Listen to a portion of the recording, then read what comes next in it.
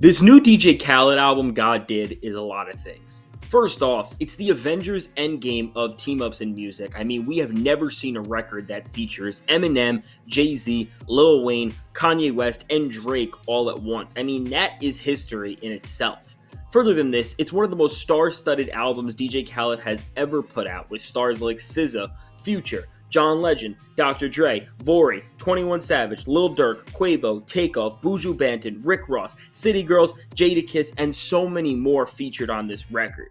Now, topping all of this star power off, topping off all of this history, the album still sucks. Now, okay, before I get into the bad, I'm gonna start off with the good, and this all begins with the self-titled track God Did, which is not just one of the best songs that's ever been on a DJ Khaled project, it's one of the best songs of the entire year. We get a collab here between three of the greatest feature artists of all time in Rick Ross, Lil Wayne, and Jay-Z, and they make this track a moment that is truly one of a kind.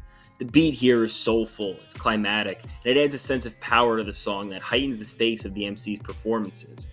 Ross and Wayne both deliver great verses, but the star of the show is without a doubt Jay-Z, who just runs with this track. He goes on for 4 minutes, just alluding to how good he is, and hearing Jay-Z in this wise but braggadocious form he's been using on most of his post-444 material, it's just so menacing. Like, we really need an entire album from Jay with songs of this magnitude. Beyond this cut, we have the Use This Gospel remix, which was given to Khaled by Kanye from his Scrap Jesus is King Dr. Dre crossover album, and sonically I do think this cut is inferior to the original Use This Gospel, but I do still think the remix gives a nice little change in coding that's definitely more fitting to this type of star-studded experience, and of course the reason we are all here is to witness Kanye and Eminem on the first song we have ever heard that's just between them two as vocalists. Now, Kanye just sings the same hook we heard back in 2019 when Jesus is King dropped, but Eminem goes on a lyrical tangent for the rest of the track that I do think is pretty good. His verse fits the ideas and themes of the Jesus is King era, and hearing him over production that both Kanye West and Dr. Dre touch is absolutely beautiful, and it's something I hope we see more of in the future. Now, beyond these two highlights, the other songs I really did enjoy was the sexy Future and SZA collab Beautiful, which is just a stunning track from the soulful instrumental to the chemistry between SZA and Future, who taps into his melodic side here. This track is really a one-of-a-kind moment. And another highlight was the outro Grateful. Featuring Vori, we get a sonically moving, well-produced track that just hits the nail on the head when it comes to warming your soul through some powerful music and beautiful vocals. Now for the bad, which is the rest of this album. This thing is just so forgettable. Okay, you had my praise. I said 4 songs were good. That was the best I could give you. And really, the Vori song is just okay, but Vori's vocals are good enough that I'm putting it here. But now, I gotta go into this thing. Now, first off, I was so excited for the Jadakiss interlude, especially with how good the build-up was with its intense soul-sampled beat. But what the hell happened to the mixing here? You literally cannot hear what Jadakiss is saying, and it just ruins the entire track. It doesn't sound like it's some artistic distortion like we just heard on the Black Thought and Danger Mouse album. It just sounds like absolute shit. I don't understand how a record with a budget to get tracks from Drake, Jay-Z, Lil Wayne cannot just get the mixing right. There are people who are working on computers and phones who can get mixing right.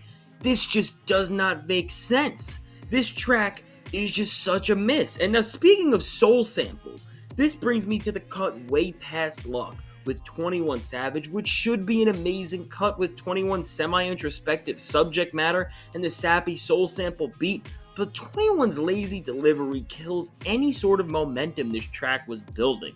Now, hearing 21 sound actually brain dead on this track, it brings me to another point, with that being that it seems like none of these artists featured on the project really care about what they're doing here. They're just doing a job, getting money, but there's no heart behind it.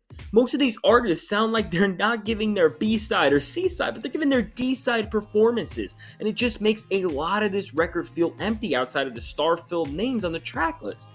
Even the intro track, No Secret, that is done by Drake, you can hear the effort level is so low, it just makes you wonder, does Khaled even care anymore? Or does he just think the listeners of this project are just as blind as him when they see A-list names splattered all over his albums? Big Time with Future and Lil Baby is the definition of this all bark no bite style that Khaled has arranged almost this entire album with.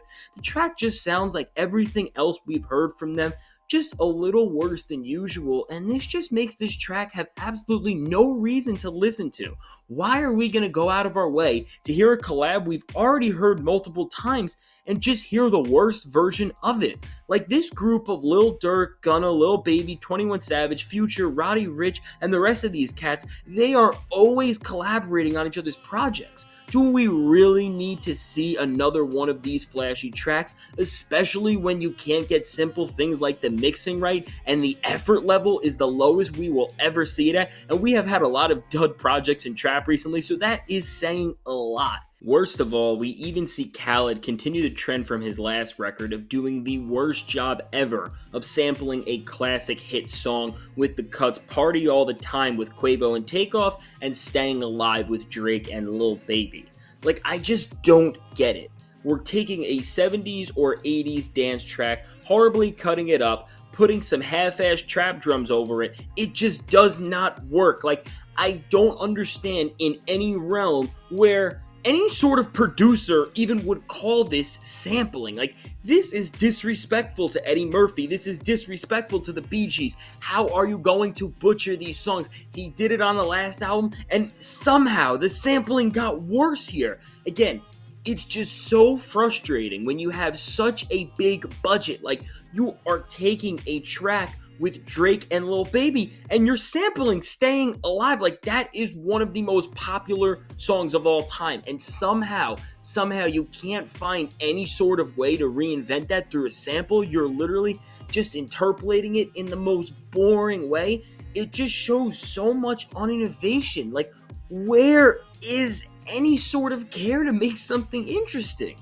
Even a song like Juice WRLD did, which should be a nice moment as we're hearing a posthumous performance from a beloved artist.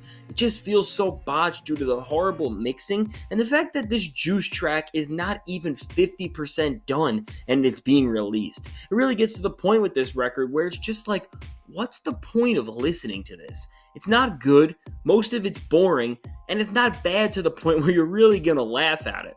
Outside of a few select names here, majority of the artists just don't even respect Khaled enough to even half-ass their features.